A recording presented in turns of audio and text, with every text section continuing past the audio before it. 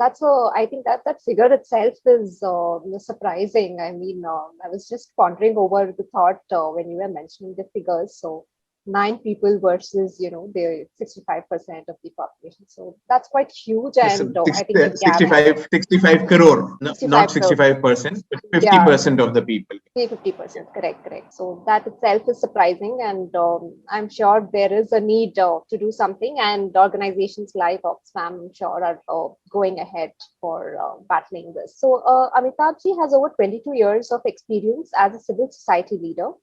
Amitabh is a former executive director of National Foundation for India. So, sir, having been the executive director of National Foundation for India, could you share an excerpt of a project that is close to your heart?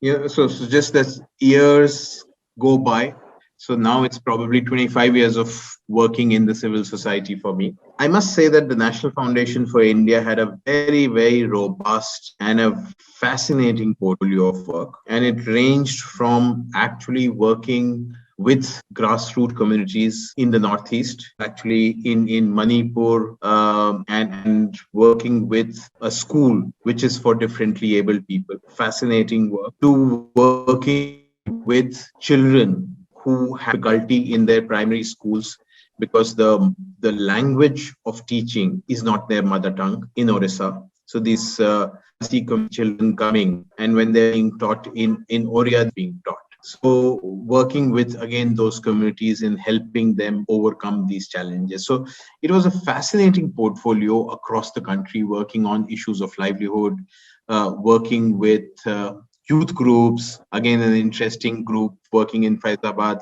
trying to build communal harmony.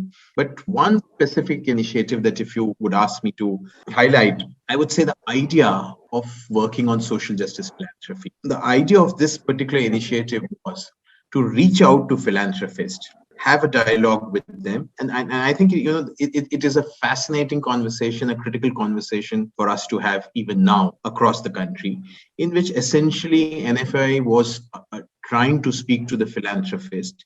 And we're seeing a huge boom of philanthropists in this country in the last 10 to 15 years.